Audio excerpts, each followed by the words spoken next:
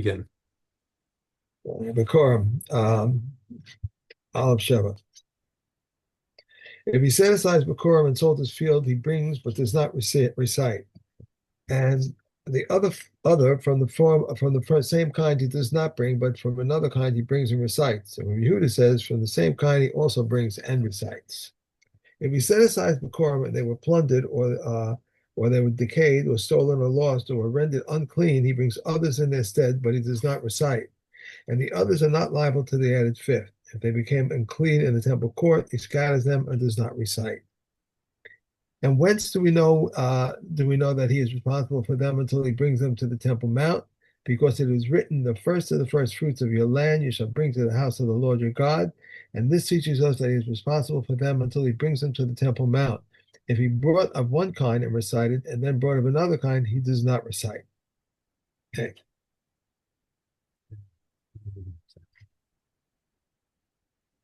The Elu Mevi'in V'Korin. Okay, so now what's left are those who are in the happy path, the ones who do bring Bikurim and who also recite the Vidoy. So first of all, everyone agrees that from Shavuos until Sukkot, that's your lechatchila time for bringing Bikurim, and that's when you recite your Vidoy. Mishiva Saminim, and it has to be from the 7 species. Miperos Shebaharim, from the fruit that comes from the hills, mitmaros sheba amakim, and from the dates that come from the valleys. Izais hashemen, from olive grade oil, from olive grade, from oil grade olives, me'ever hayarden, and also from over the Yarden, which is an interesting thing because that's not in the original area that Hashem said for Eretz Yisrael. However, Rabbi Yossi Aglili Omer sorry, no, there's ein Mevin Bikurim Me'ever Hayard, and he disagrees and says that actually no, you don't bring Bikurim from the east side of the Jordan because Mhm. She'ena Eretz Zavas Chalav Dvash. That's not the original area that Hashem was referring to when he spoke of an Eretz Zavas Chalav Dvash. It was taken by Reuven, Gad, and Chatzi Shevet Menashe, right? But in the original borders of Eretz Yisrael, but that wasn't what it wasn't part of the area. And Mistama, I think the halacha follows the Tanakama. Okay, Yud Aleph. Hakone shlosha ilanos besoch shel chavero maybe bekore. So once again, we see this machlokes between Rabbi Meir and the Chachamim, where Rabbi Meir holds that 2 is enough to implicitly include the land in between them, where Chachamim say that you need 3 to affect that. If somebody goes and buys 3 trees from his friend, then implicitly he has included the land in between them. Um, and therefore he once he owns the land, then he can take the fruit of those trees and bring them to the temple. Rabbi Meir Omer afilu shnayim, as we just said. Kana ilan v'karka'o, maybe v'kore. But in the case, even if he buys just 1 tree, but in the contract, he specified that this includes the land around it, then okay, you sold the land. This is a valid purchase, and he's got the land. What Rabbi Meir and Chachamim are disagreeing about is if it was sold stam. If you just said Oh, buying 3 trees, and it right. doesn't say anything one way or the other about the land. So 3 trees, everyone agrees, includes the land, and Rabbi Meir holds even 2. Rabbi Yehuda Omer, Af Bale Arisos v'Chachoros maybe in Bekorin. So if you recall, in one of the previous Mishnayos, we said that sharecroppers and renters do not bring, uh, or yeah, they do. Did we say they don't bring at all? I think they bring and they don't recite. We'll just go back and refresh. Um,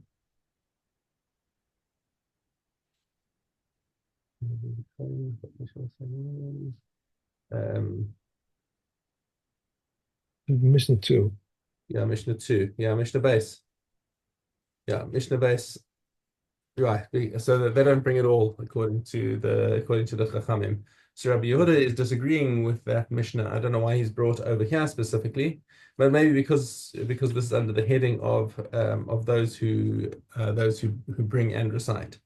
So that would be Rabbi Yehuda's Right. opinion there. Okay. Very base. Ha Truma Vabikurim. Now this parak is going to go through some comparisons, three-way comparison between Truma, Bikurim, and Maaseh Sheni, because they've all got some similar aspects and Mhm. aspects that they share with each other and aspects that are unique to each of them. And now we're going to just go through a quick look at what's in common and what's not. Truma Vabikurim. Chayavim aleim misa v'chomesh. So both of them is a non-Kohen who eats them is chayav misa v'dei shamayim, and if he did it by accident, he has to repay with a chomesh. V'asurim lezarim, and of course they're forbidden to the non-priests. V'hem nichsei kohen, and they are the property of the kohenim. Property meaning that the kohen who receives them is allowed to sell them to other kohenim and use the money for whatever he wants. So he doesn't have to like buy a new truma or something with that. Okay. The ulin be'echad umeya, and if they fall into chulin, then you are allowed to elevate them in a mixture of 101. In other words, you take out a portion of one from that 101 and give it to the kohen and say, okay, that was the truma or that was the bikurim. Mhm. And for the kohen who's eating them, he has to both wash his hands and he also has to have had Harev Shemesh if he needed to go to mikveh for a light tumah. So he has to wait until after Shkia, after taste, in fact. Hare elu b'truma uva bikurim ma she'en kain b'maser.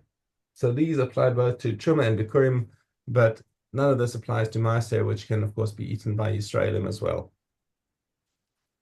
Okay. Yeah. And back to Orla. Yeah.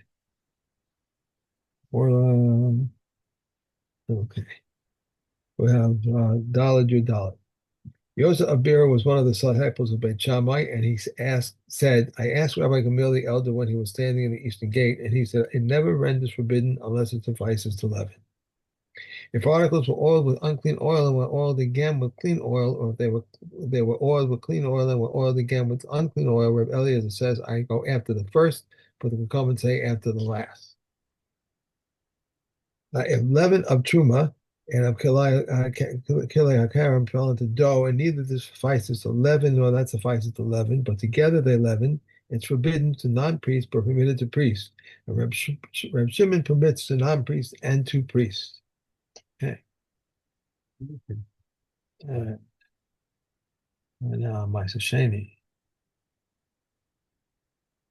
Okay. Gimel test.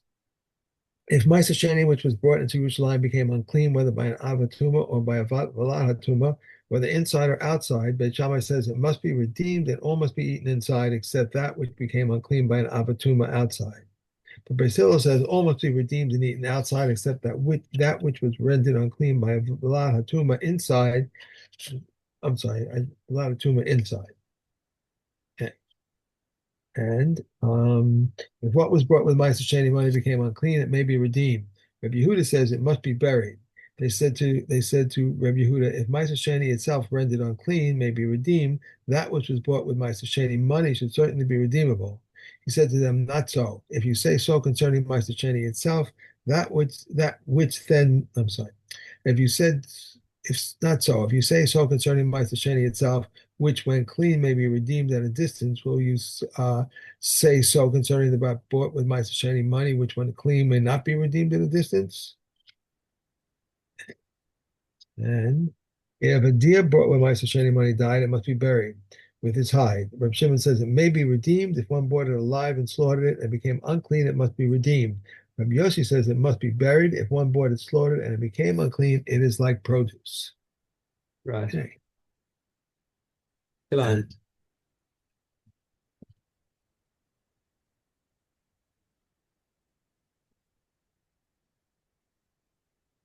like the vineyard collime may be neither sown nor maintained, and it is forbidden to derive any benefit from it. We're in See, base.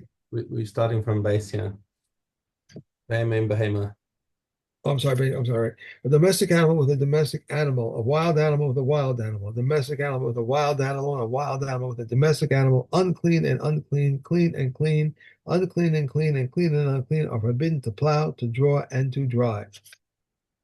He who drives for who drives receives 40 lashes, and he who sits in the wagon receives 40. Mayor exempts, and the third, which is tied to the straps, is forbidden. A horse may not be tied to the sides of a wagon or to the back of a wagon, nor may Libyan donkeys be tied to camels. Rabbi Yehuda says all offspring of a horse, though sired by a donkey, are allowed to one another. All offspring of a donkey, though sired by a horse, are likewise allowed with one another. However, the offspring of a horse are forbidden with the offspring of a donkey. Okay. And okay, Zion.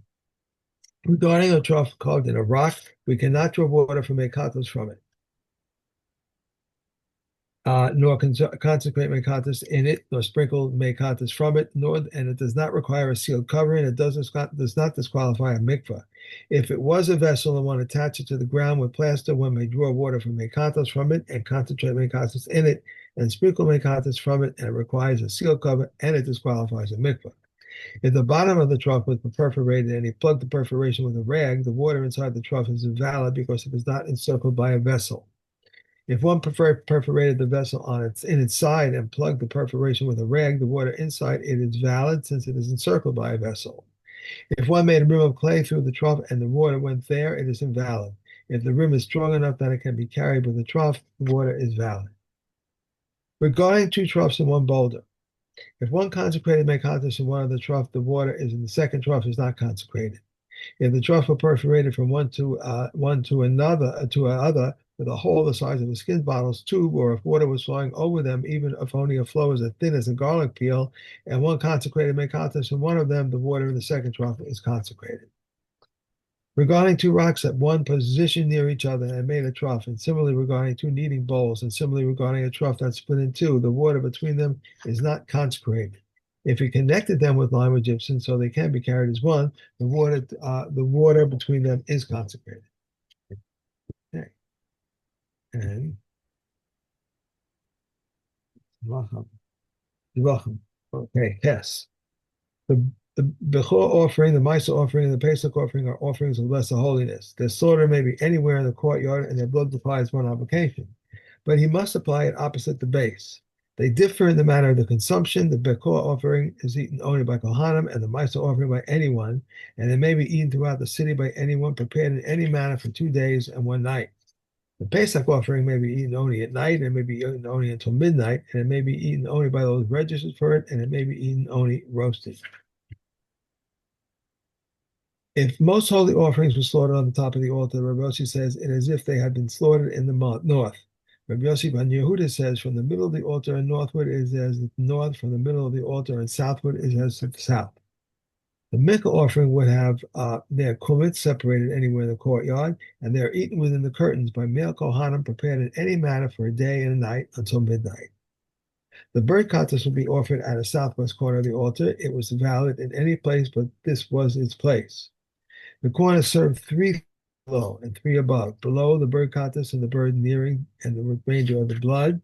Above the libation of the water and the wine of the bird olah when there are too many on the east side of the altar. Yeah. And we have the hubos. Okay, ches base. Reb Shimon distinguishes between one kind of property and another property that is known. I'm sorry. Reb Shimon distinguishes between one kind of a property and another. Property that is known to the husband, she may not sell. If she sold it or gave it away, the act is invalid. Property unknown to the husband, she may not sell, but if she sold it or gave it away, the act is valid. If money fell to her, land should be bought with it, and she enjoys the therefore. Produce to catch from the ground, the land should be brought with it, and he enjoys the upbrook thereof. But produce that is attached to the ground, and said with Meah, they appraise them and determine how much they are worth with the produce and how much they are worth without the produce. With a different land should be bought, and with the doors and upbrook, therefore, the sages, however, produce attached to the ground belongs to him. Detached from the ground belongs to her, and her, and land should be bought with it, and he enjoys the usufruct.